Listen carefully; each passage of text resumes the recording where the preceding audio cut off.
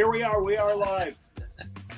How you doing, Joe Sixpack? I'm doing great, and it's great to be back with you again on a Friday afternoon. Kind of a rainy Memorial Day weekend, but we're here drinking some great beer. We've got a great guest as well.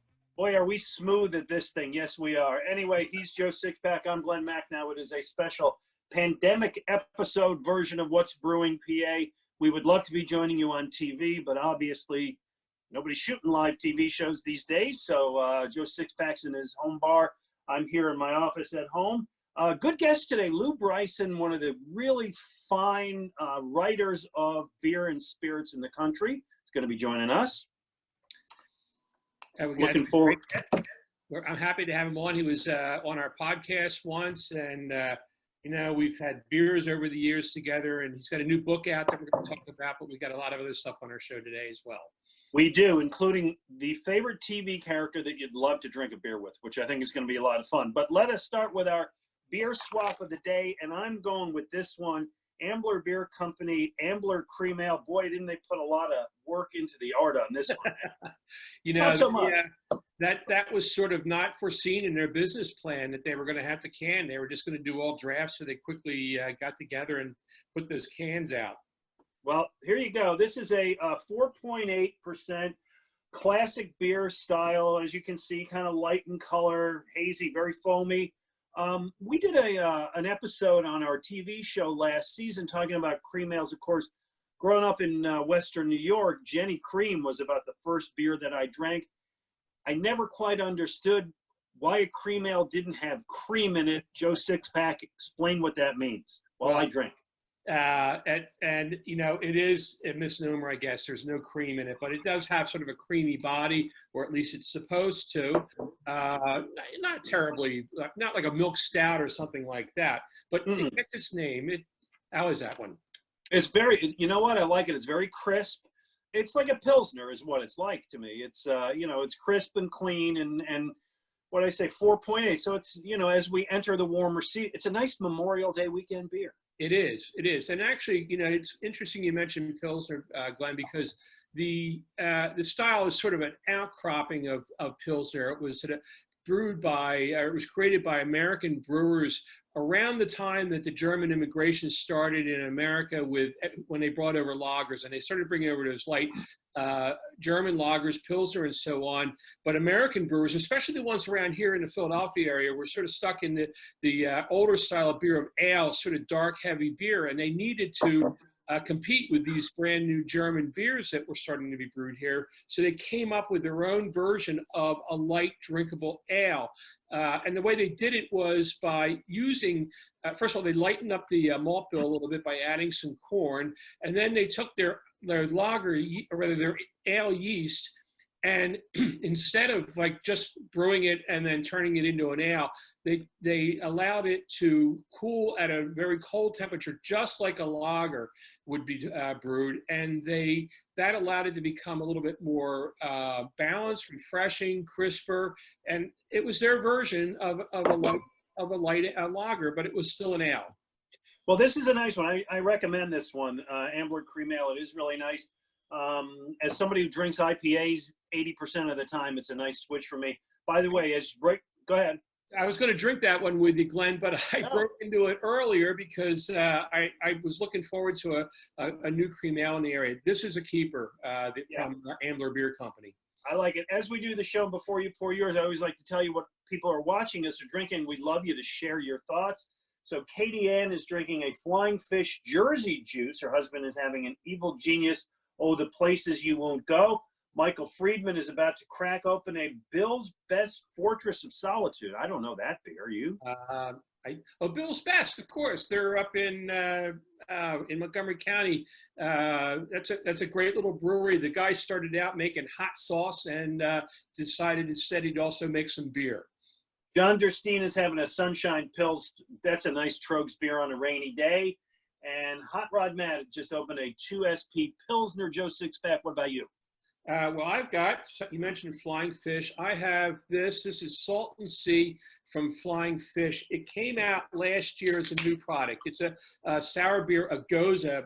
And this year, just recently, Flying Fish came out with a variety pack of these that are flavored with various fruits. This one is brewed with strawberry and lime. I'm going to give it a shot. I don't know. The biggest fan of Goza. I'm not a big fan of sour beers overall, but I'll drink them. And this one looks pretty cool. It's nice and crisp looking or clean looking. Lots of carbonation in this. I smell fruit right up front in the glass.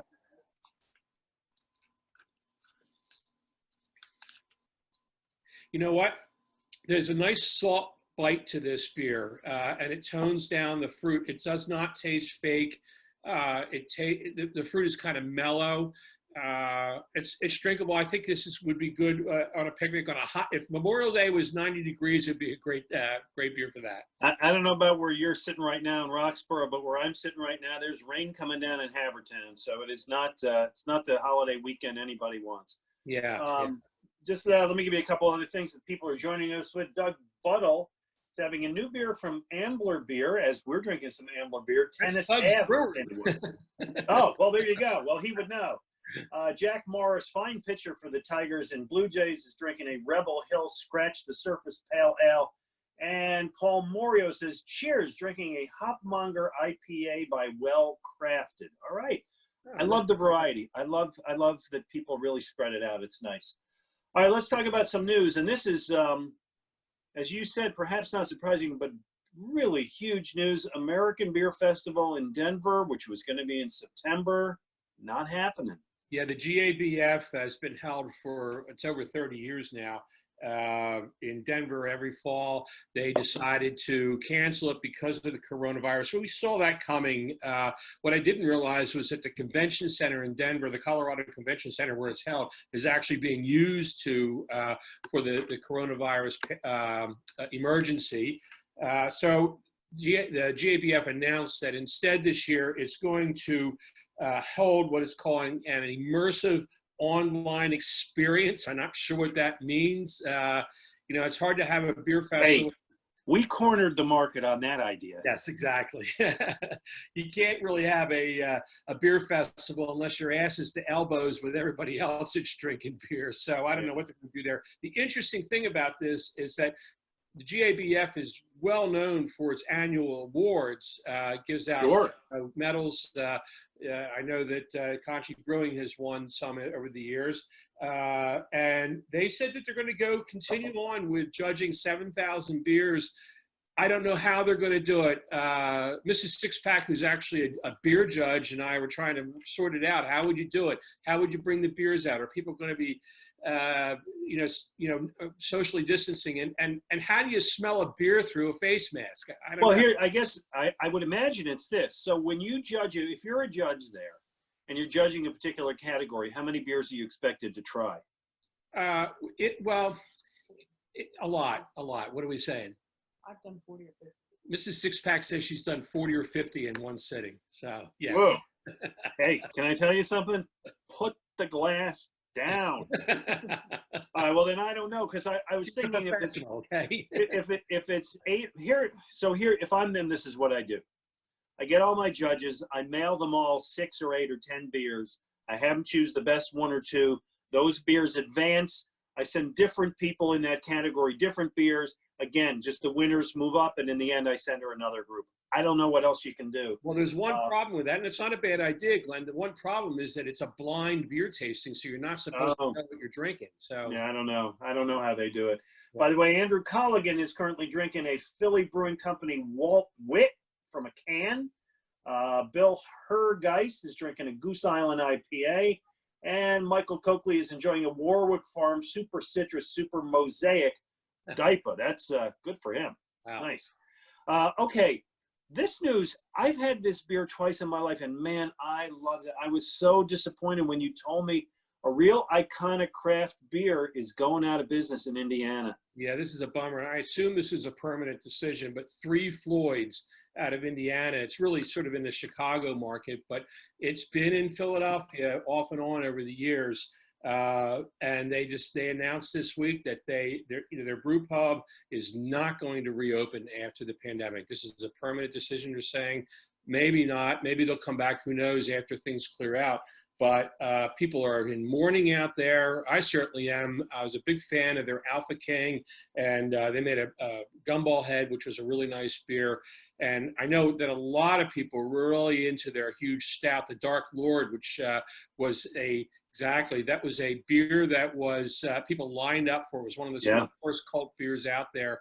They had a huge event out there in Indiana. And Nick Floyd says, I can't put people in danger. No one should die over a beer. And I can't disagree with him on that. Well, I can't disagree with him on that. I do hope he comes out on the other side. I mean, you know, some of the small fledgling breweries we've seen go out, they don't have a lot of history behind them. They don't have a clientele built up. This one, to me, is one of those iconic, if you're naming the top 20 iconic craft brewers in the country, Three Floyds makes it. So to hear this is very disturbing.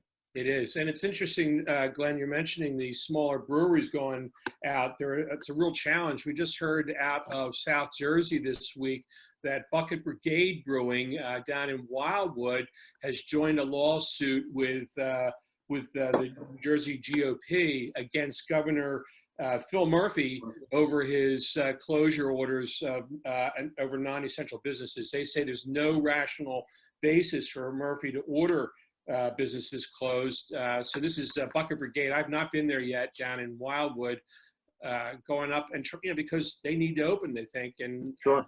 I believe that beaches are open this weekend down in Jersey, so would have been a nice time for them to be serving the public, I guess. People are going to the shore this weekend. It is a time down there when you're those places. We got friends down there. We've done shows down there that for them it's important to try to get the product out. Let me just tell you, Lane Shrum Flemons is drinking the Pen is Mightier. Got to read that carefully. By Pizza Boy. Got to read that one carefully. Bob Benash is having a 98 in the Shade IPA from Lawson's. Lawson's is another one of those regional craft beers that I love out of New England. That's a great, I haven't had that beer, but that's a great brewery.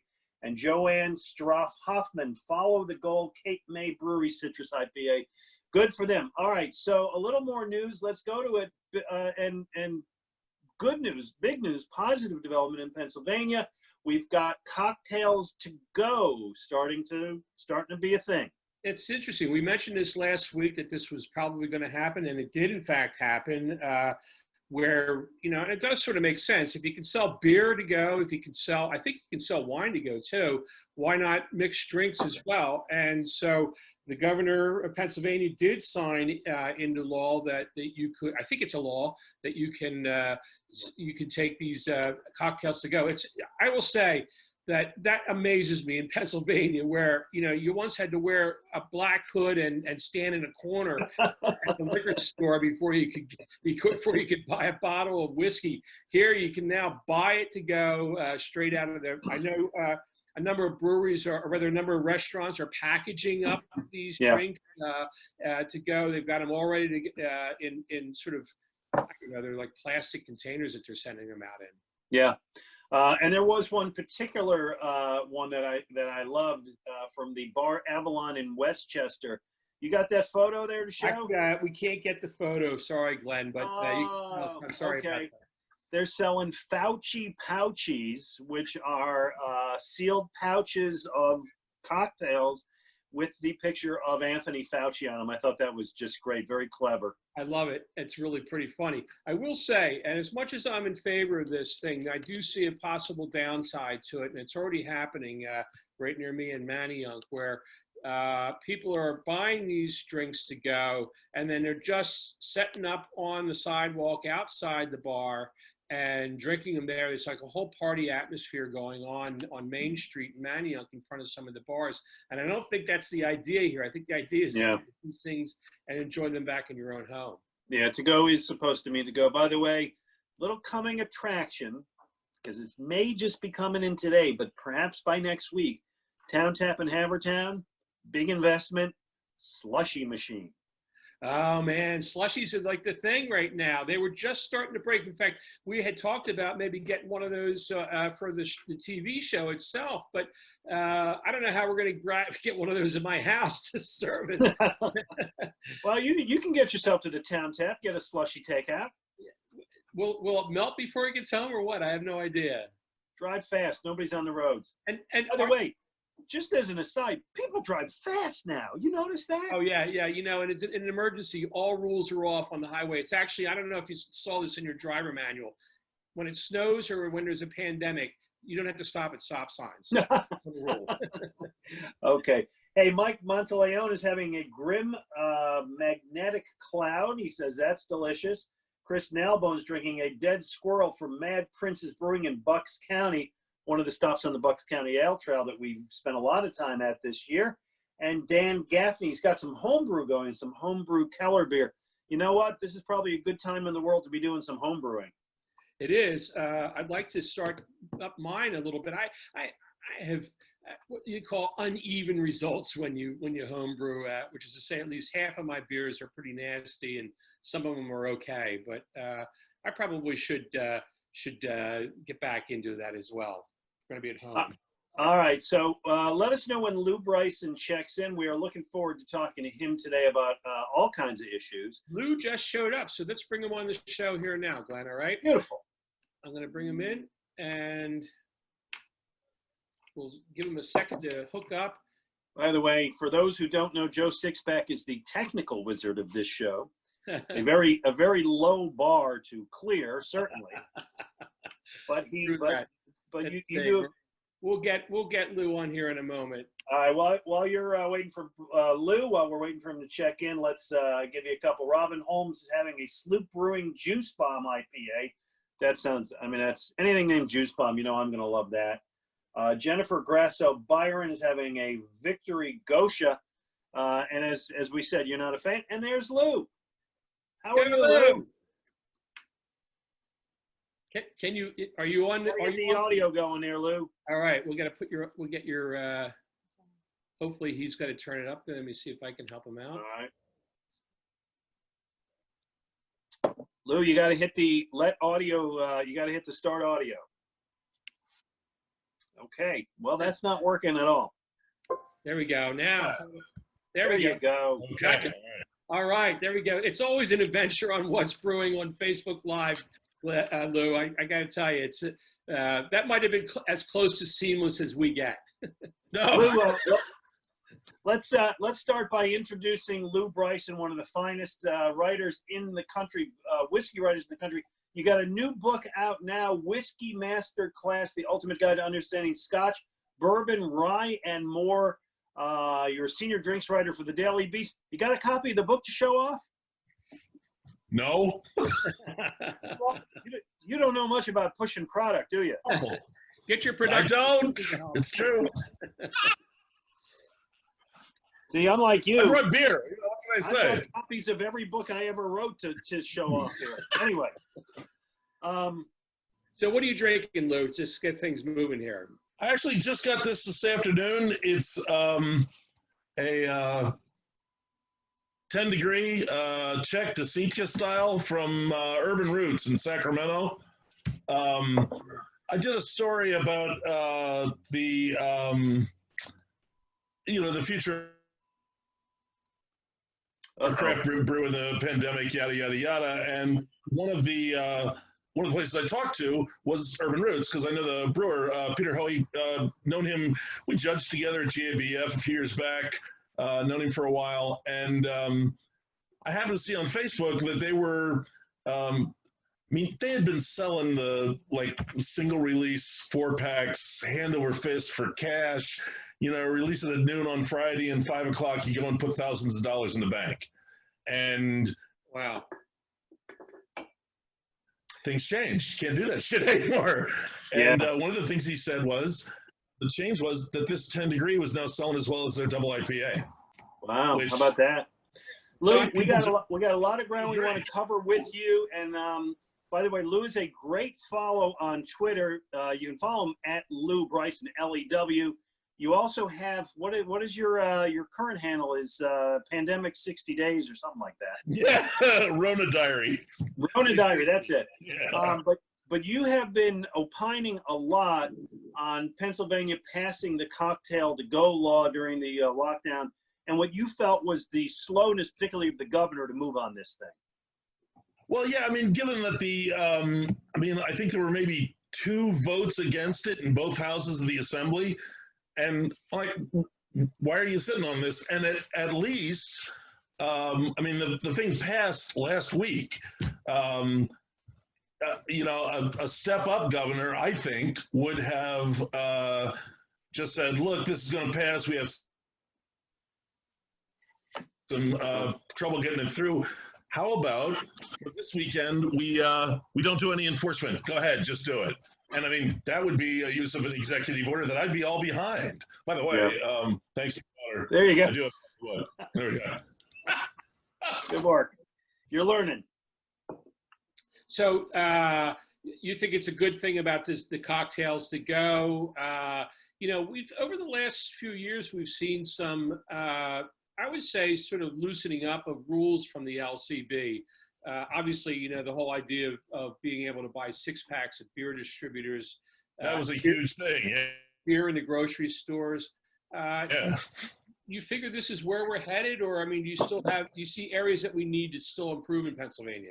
I think there's clearly still some serious foot dragging going on. I mean, at the same time we got this, we also had just for real safety issues during the coronavirus thing.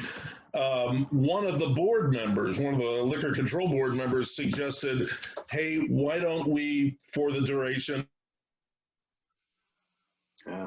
let people buy their beer at any register at the supermarkets? And they're like, no, can't do that. Can't do that. And even small things like that, we're still saying, no, I don't really want to. Yeah, that's amazing. That whole buying beer at 2 different registers and food at 2 different registers is insane. And especially now. Exactly, because there's they're having issues with traffic flow in these stores already. So right. It's a great point. Well, don't even go into that. By the way, I wanted to get a 12-pack and a 6-pack. Like, oh, sorry. Yeah. You have to go outside and come back. What? Hey, by the way, I just somebody's got a question that you guys can answer better than I can, although I think I know the answer. I'll ask both of you. George Cesarini's checking in on Facebook Live and saying, guys, why are kegs so hard to get now? Don't the breweries know there are kegerators out there?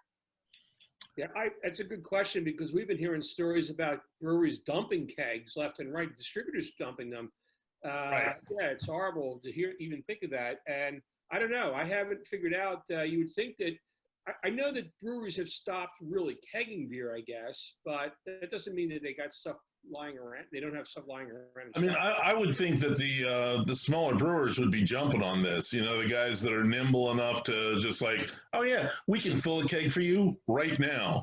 Are there any laws against that, Lew, about a brewery selling a keg directly to a person? Have you seen that? I hesitate to say no. Yeah. But I mean, because there are, I know they had to get the law changed in order to get draft wine, because the largest container you were allowed to sell it in was 1.5 liters. So, I mean, to get a 5-gallon, 6-till corny keg, whatever, of wine for a draft wine system, they actually had to change the law. So I don't know if there is a limit on how much a brewery can sell directly. There's almost got to be, because I know I've bought kegs directly from breweries. I don't think there is. Okay, I want to start our fun little topic for the day, because Lew, I know you checked in on this and basically tried to steal all my answers. That's okay. I bear no ill will for that. We always like to do something kind of best guy right away. It's okay. We always like to do something kind of fun and goofy. So our question of the day was, name a TV character that you would like to have a drink with. We started with beer, but any kind of drink. I'm going to give you a couple from our viewers and then get your thoughts here. So Mike Musari, this is a great one. I forgot about it. Remember Foster Brooks? Yes, it's guy. Foster Brooks was this comedian whose entire act was that he was the stumbling drunk. He used to be at every roast they used to do, and he was hysterical. So I like that one. Brian Sokolowski says Kramer. We got a lot for Norman Cliff from Cheers. I will tell you, for me, if I'm going Cheers, I'm going Coach. Oh yes. Yeah. Oh, what a wonderful human being. Yeah. Okay, here's my trivia question for the two of you. You watched Cheers, I'm assuming both of you. Coach played in the major leagues for the Red Sox. He had one skill that kept him in the major leagues. Can you tell me what it was? I know, Teach. Yeah, go. I know. Getting hit by balls. Say it. What was it? He stepping in and getting hit by the ball. Yes, he had a great ability to get hit by the pitch. That's what kept him in the majors. Vicky said bunk from The Wire. If you watch the show The Wire, they had a lot of scenes of cops getting drunk in bars. See, that's it. One of my guys would have been Lester. I would love to sit down and talk to that guy because he's just like me. Yeah, right? That's a good one. Brian Kilburn said Brockmeyer. Joe Sixpack, I think you might have been the person to turn me on to Brockmeyer. Yeah, such a great show. He is in fact an alcoholic, and so is his girlfriend. But they're funny, and I would love. Brockmeyer is like got one of the golden tongue of all time. Yes, to listen to. By the way, I watched the last season. Was disappointed. I agree. Not up to par. Yeah, and I'll give you one more, and then I'll get yours. Tom Dakota. Again, it's not a character, but he says Anthony Bourdain by far. Perhaps the great stories I'm sure you'd see at a ton of great places. Actually, I'll give you two more. Ron John said Hawkeye Pierce. That works. That's a good one. I could make a. Wait a minute, I missed that one. Hawkeye Pierce. Oh, okay. From MASH. That's a great one. And we got several. He started getting preachy. Yeah. Early seasons. Early seasons. Yeah, and we got several who mentioned the Always Sunny in Philly crew, particularly Caitlin Olsen is D. My hunch is you would leave the bar with her and end up with a disease. Anyway, Joe Sixpack, you want to go first? Yeah, I will. So I was thinking about this a lot, and I have two that I would really be into. It depends on the mood. If I'm in a mood for debauchery, I'm thinking Al Swearengen, who played by Ian McShane on Deadwood, one of my favorite TV characters of all time. Yeah. He ran the saloon there. I don't think he ever did a scene without a shot glass in his hand. And he has one of the great lines later in the show when he's sitting drinking with somebody who's got the bottle and who motions to him, do you want me to fill up? And he says, "You see me empty, sir. Do not pause and inquire. Simply assume and refill." I love that line. Good. I like that. That's, Ian McShane, great actor. And then the other is a character that I got turned on to just this spring, I guess, on the show The Good Place, a really fine show. And the character is Eleanor Shellstrop, who's the star Kristen Bell. Kristen, the whole story is that she's at The Good Place is heaven, allegedly. She died as the ultimate party girl, likes getting in trouble all the time, drinks margaritas out of pitchers. And in fact, she dies, I think in the very first episode, when she's run over by a boner pill truck while dropping a bottle of Lonely Girl margarita mix for one. That's terrific. There's a lot of great, drinking margaritas out of pitchers is a big theme in that show. So yes. By the way, just one quick thing. Doug Buttle of Ambler Beer Company says they sell kegs directly to customers. So there you have it. Yeah. Okay. Let's say you can go next there, Lou. Give us a TV character or two you'd love to have a drink with. As soon as you unfreeze. There you go. I mean, one that one that I already mentioned on Twitter, Jessica Jones of Jessica Jones, just because she and I both love bottom shelf bourbon.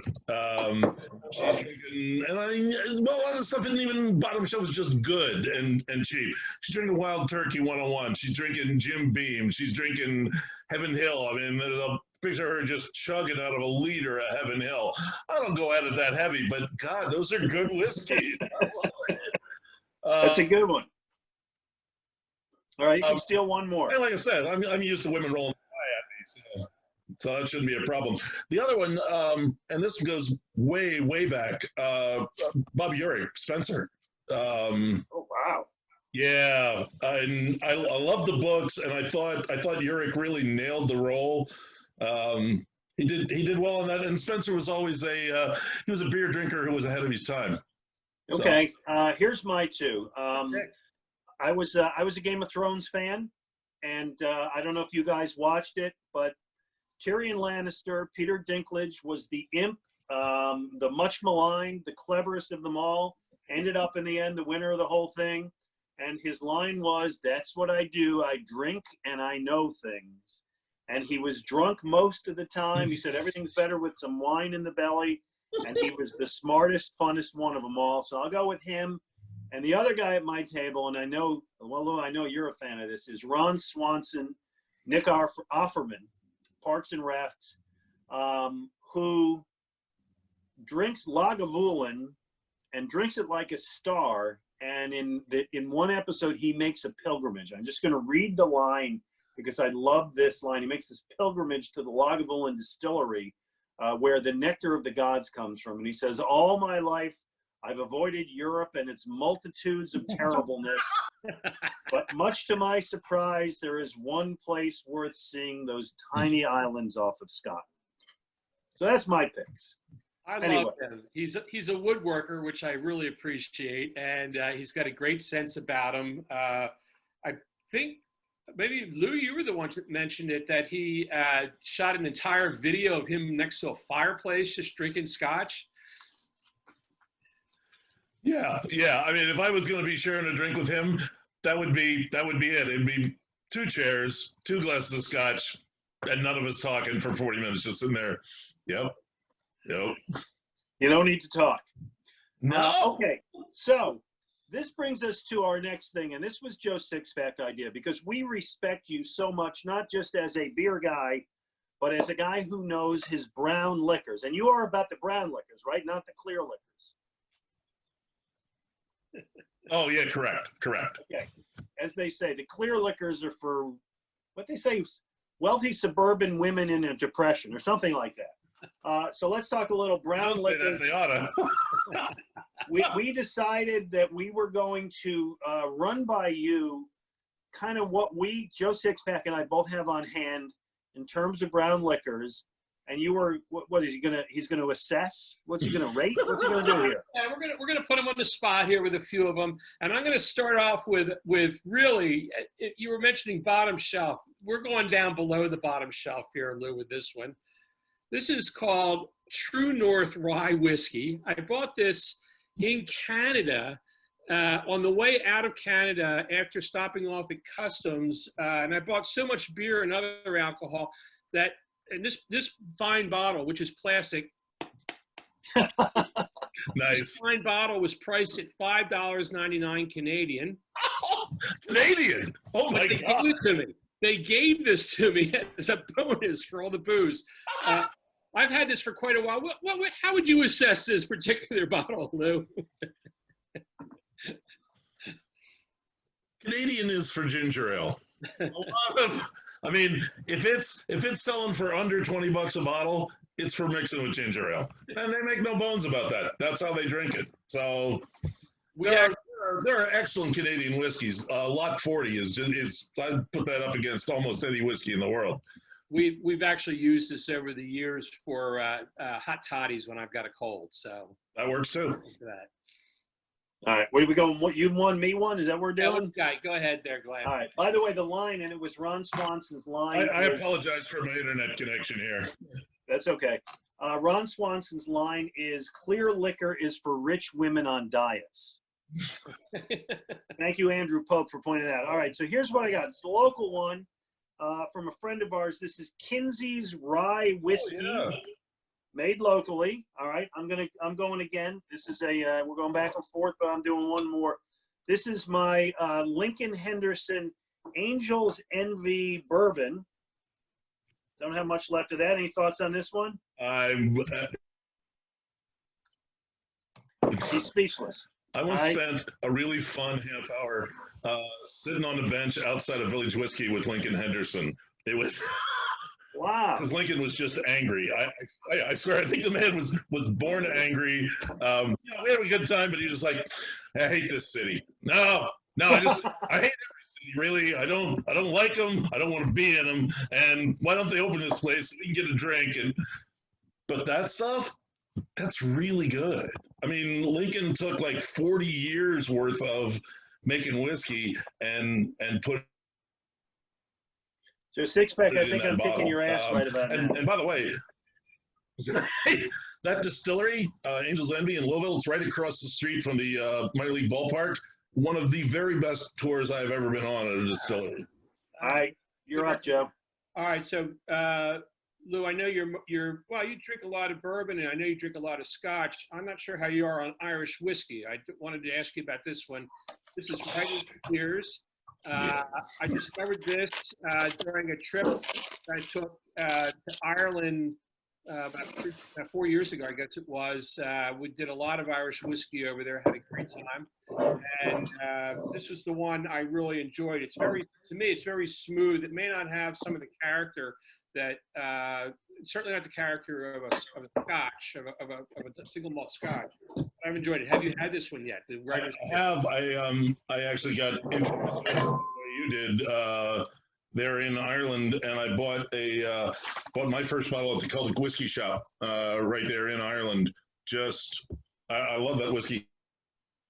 You get one more, Joe Sixpack. If I may read from the book, there are only a small number of Irish whiskeys that I'd classify as big, assertive, or menacing, while I have no problem finding plenty of Scotch whiskeys or bourbons that fit those descriptors.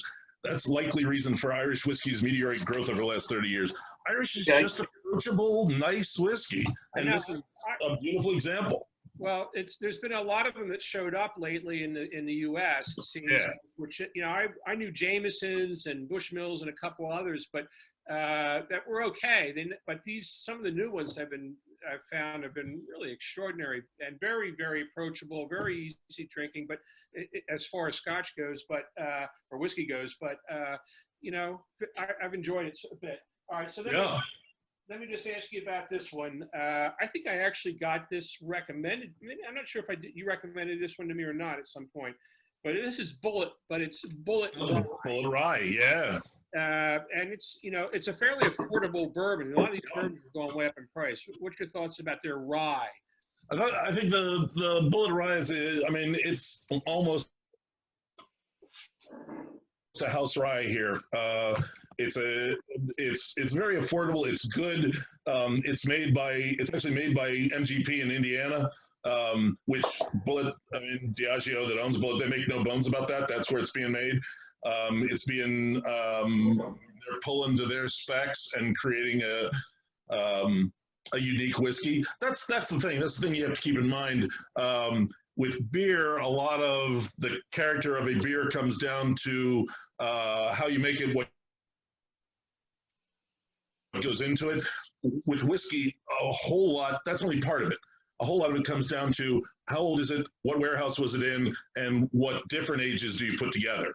So that's a whole part. And that, so you can get, people say, oh, well, Beam, they only have 2 mash bills. They only have 2 recipes. They just charge more for the other bottles. Well, you're missing the point. The recipe is part of it. So. All right, so Joe Sixpack aimed to impress you with his Irish whiskey.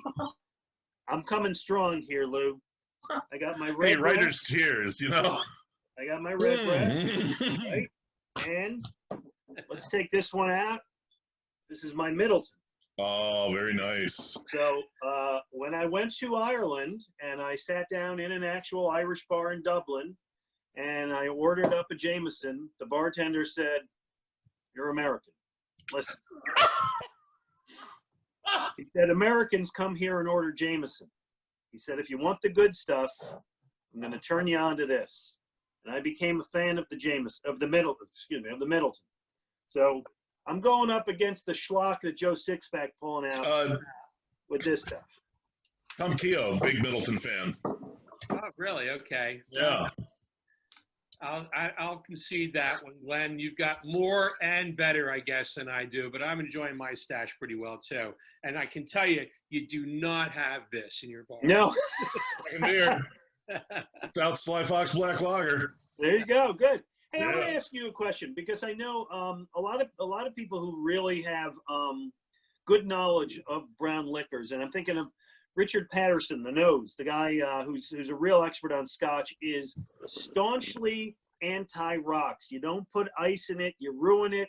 You put a little bit of water to open it up, and that's it. Where do you come down on this? It's your bottle. Okay. That's pretty much where I come down. The other thing is, I mean, the flip answer is, well, it's really cold in Scotland. That's why they don't. But I mean, when it comes to that, even Richard, when he's working, he's diluting it. They're knocking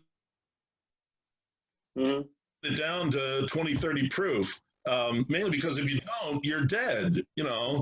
I mean, he'll in a day's work, when he's really working as a blender, he'll do 100, 150, 200 whiskeys a day, but he's just nosing them. He'll maybe actually taste 20. Yeah. And, when you do, usually you're cutting it down. I mean, this Great point.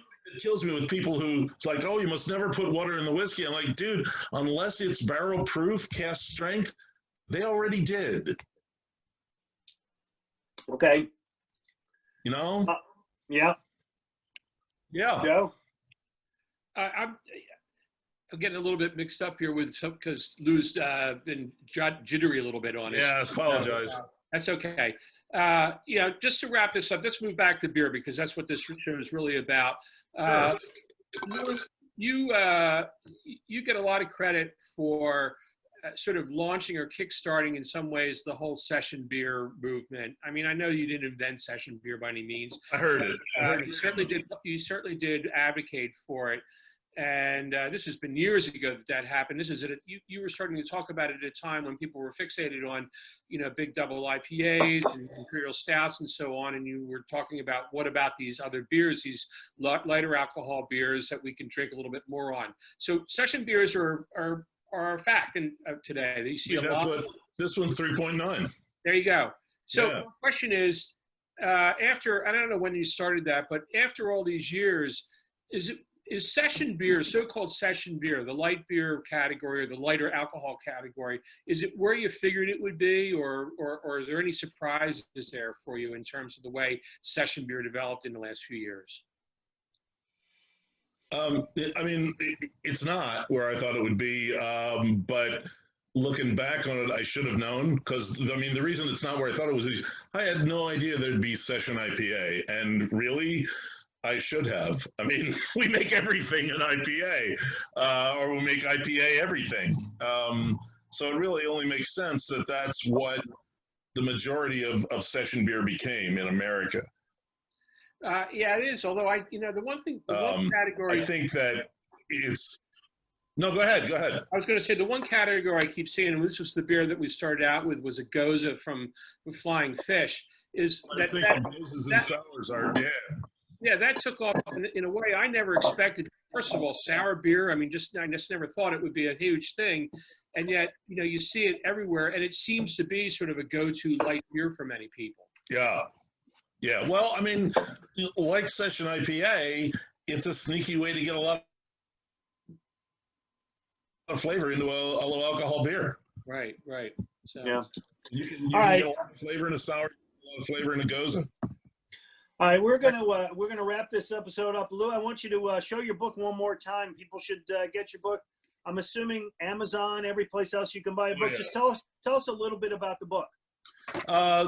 My first book, Tasting Whiskey, was a really broad survey of whiskey. This one is focused on flavor creation. I essentially took whiskey from the very beginning, from deciding what grains are going to be used all the way to bottling and beyond, and looked at every single thing that either adds or takes away flavor. Very nice. Okay, anybody, Joe Sixpack, got any big plans for the weekend? It's hard to believe this is Memorial Day. It's rainy. We can't go anywhere. I certainly intend to do a cookout at least one of the days here. Oh, and we're also going to do something, Glenn, that you had talked about, looking at the classic movies. Mrs. Sixpack and I are going to start a Saturday afternoon matinee session, and we're going to start it off with one that I know you watched, and that is Lawrence of Arabia. Oh, well, I got news. That's a full afternoon. That's like a 3-hour, 45-minute movie. Sweeping, slow, beautiful, but slow. So bring at least a 6-pack with you. You'll finish off. Yeah, what I did, Lew, when the pandemic started, I wanted to watch something different. I downloaded the American Film Institute's 100 Greatest Movies of All Time. Wow. And I said, all right, seen it, never saw it, seen it. And I decided to watch all the ones I'd never seen, most of which were, 40s and 50s. And I really enjoyed it. It was great to do. That's a Lew, great idea. You got any, you doing anything this weekend? No. Well, we're finally going to see my son, who is, he's been quarantined with his girlfriend in West Philly, and they're going to come out. We're going to have a cookout on Monday. Nice, very nice. Good for you. I will be on the radio both days. Sunday, Aaron Nola of the Phillies will be on with Ray Didinger and I at 11, and then we're doing a Tell Us Your Story, where we get people's life story. Jeremy Roenick is going to join us at noon, so that's going to be a fun show.